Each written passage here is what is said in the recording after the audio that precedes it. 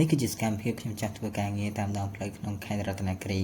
ចឹងដឹងថាថ្ងៃនេះខ្ញុំទៅដល់ទីតាំងណាខ្លះនៅបង្ហាញនៅក្នុងវីដេអូនេះអ្នកនរគ្នាថ្ងៃនេះគឺជាថ្ងៃទី16ខែ12ឆ្នាំ2025ហើយខ្ញុំបានចុះធ្វើការងារថតរូបសកម្មភាពផ្លូវថែទាំហើយចឹងដឹងថាថ្ងៃនេះខ្ញុំមានសកម្មភាពអីខ្លះទៅកាន់ផ្លូវណាខ្លះយើងខ្ញុំនឹងបង្ហាញនៅក្នុងវីដេអូនេះការចាក់សាំងគាត់ហើយណាឥឡូវយើងចេញដំណើរទៅទៀតហាអីការងារយើងបន្ទាប់ពីចាក់សាំងឡានរួចឥឡូវយើងកំពុងតែធ្វើដំណើរទៅខាងកន្លែងដែលយើងត្រូវធ្វើការ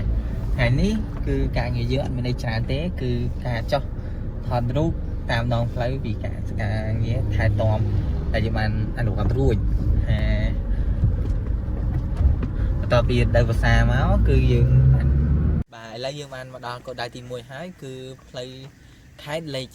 37 8A ហើយនេះគឺជាស្ថានភាពផ្លូវខេត្តដែលយើងបានថែទាំរួចផុតពីនៅភាសាបាទហើយនេះគឺក្រាខៀនបញ្ជាក់ពីទីតាំង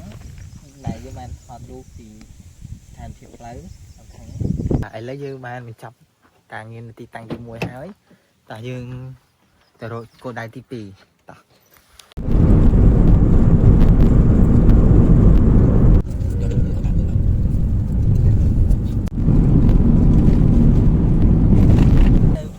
លេខ37 68ហើយនេះគឺជាផ្លូវតភ្ជាប់ពីបកកែវទៅក្រុងហាត់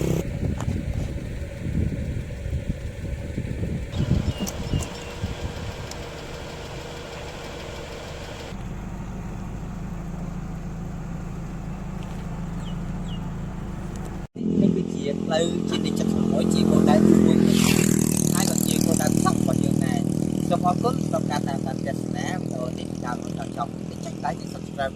ការរបស់ខ្ញុំដើម្បីជាការលើកទឹកចិត្តដល់ការធ្វើវីដេអូរបស់ខ្ញុំផង